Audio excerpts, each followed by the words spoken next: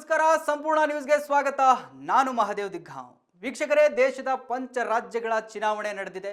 ಚುನಾವಣೆಯ ಫಲಿತಾಂಶ ಇನ್ನೇನು ಎಲ್ಲ ರಾಜ್ಯಗಳದು ಕ್ಲಿಯರ್ ಆಗುವ ಹಾದಿಯಲ್ಲಿದೆ.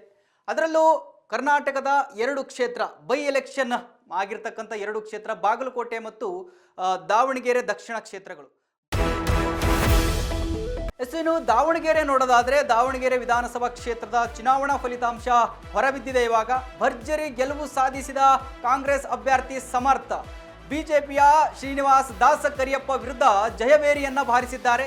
68,611 ಮತಗಳನ್ನು ಪಡೆದು ಗೆಲುವಿನ ನಗೆಯನ್ನ ಬೀರಿದ್ದಾರೆ. ಕಾಂಗ್ರೆಸ್ನವರು ಕೇವಲ 4,865 ಮತಗಳ ಅಂತರದಿಂದ ಕಾಂಗ್ರೆಸ್ ಗೆಲುವನ್ನ ಸಾಧಿಸಿರತಕ್ಕಂಥದ್ದು. 63,746 ಮತ ಪಡೆದು ಶ್ರೀನಿವಾಸ್ ದಾಸಕರಿಯಪ್ಪಗೆ ಸೋಲಾಗಿದೆ. ವೀಕ್ಷಕರೇ, ದಾವಣಗೆರೆ ದಕ್ಷಿಣ ಕ್ಷೇತ್ರದ ಬೈ ಎಲೆಕ್ಷನ್ ಕಾವು ಯಾವ ರೀತಿ ಇತ್ತು ಅಂತ ನೀವು ನೋಡ್ತಾ ಹೋದ್ರೆ ಎಷ್ಟೊಂದು ನಡೆದು ಹೋಯ್ತು ಈ ಬೈ ಎಲೆಕ್ಷನ್ ಆಗಬೇಕಾದ್ರೆ ಅಂತಂದ್ರೆ, ಅಲ್ಪಸಂಖ್ಯಾತರ ಮೇಲೆ ಆರೋಪಗಳು ಬಂದವು. ಕೆಲವರು ತಾವಾಗೆ ತಾವು ಅಲ್ಪಸಂಖ್ಯಾತರ ಲೀಡರ್ಗಳೇನಂತ ಕರಿತೀವಿ, ತಾವಾಗೆ ತಾವು ಪಕ್ಷಕ್ಕೆ ಅವರ ಸ್ಥಾನಕ್ಕೆ ರಾಜೀನಾಮೆಯನ್ನು ಕೊಟ್ಟರು. ಇನ್ನು ಕೆಲವರಿಗೆ ಈ ಪಕ್ಷ ವಿರೋಧಿ ಕೆಲಸ ಮಾಡಿದ್ದಾರೆ ಅಂತ ಹೇಳಿ ಅವರಿಗೆಲ್ಲ ಪಕ್ಷದಿಂದ ಉಚ್ಚಾಟನೆಯನ್ನು ಕೂಡ ಮಾಡಿದ್ರು.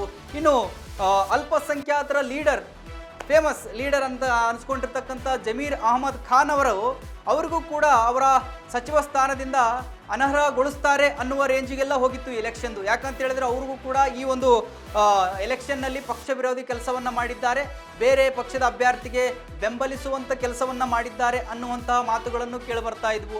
ಹೈಕಮಾಂಡ್ ಅವ್ರ ಮೇಲೆ ಗರಂ ಆಗಿದೆ, ಇನ್ನೇನು ಅವರ ಸಚಿವ ಸ್ಥಾನದಿಂದ ಅವರನ್ನ ತೆಗಿತಾರೆ ಅನ್ನುವಂಥ ಮಾತುಗಳು ಕೇಳಿಬರ್ತಾ ಇದ್ವು. ಈ ಎಲ್ಲದರ ವಿವಾದದ ನಡುವೆ ಇವತ್ತು ಬಂದಿರತಕ್ಕಂಥ ರಿಸಲ್ಟು ಆ ಎಲ್ಲ ವಿವಾದಕ್ಕೆ, ಆ ಎಲ್ಲ ಕಾವಿಗೆ ಒಂದು ರೀತಿ ನೀರು ಹಾಕಿದಂತಾಗಿದೆ. ಯಾಕಂತ ಹೇಳಿದ್ರೆ ಒಂದು 15ರಿಂದ 20 ಅಭ್ಯರ್ಥಿಗಳು ಎಲೆಕ್ಷನ್ ಕಣದಲ್ಲಿದ್ದರು.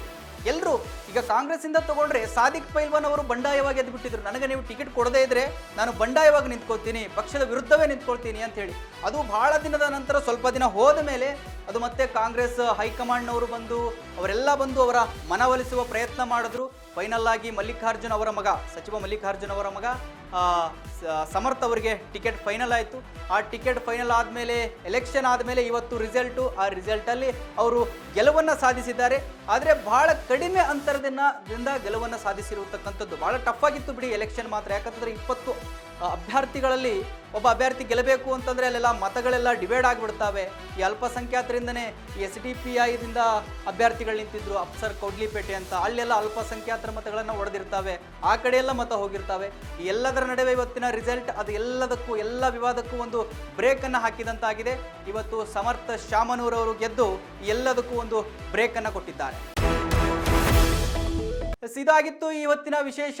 ನಿರಂತರ ಸುದ್ದಿಗಾಗಿ ನೋಡ್ತಾ ಇರಿ ಸಂಪೂರ್ಣ ನ್ಯೂಸ್. ಇದು ನೊಂದವರ ಧ್ವನಿ. ಸಂಪೂರ್ಣ ನ್ಯೂಸ್, ಇದು ನೊಂದವರ ಧ್ವನಿ.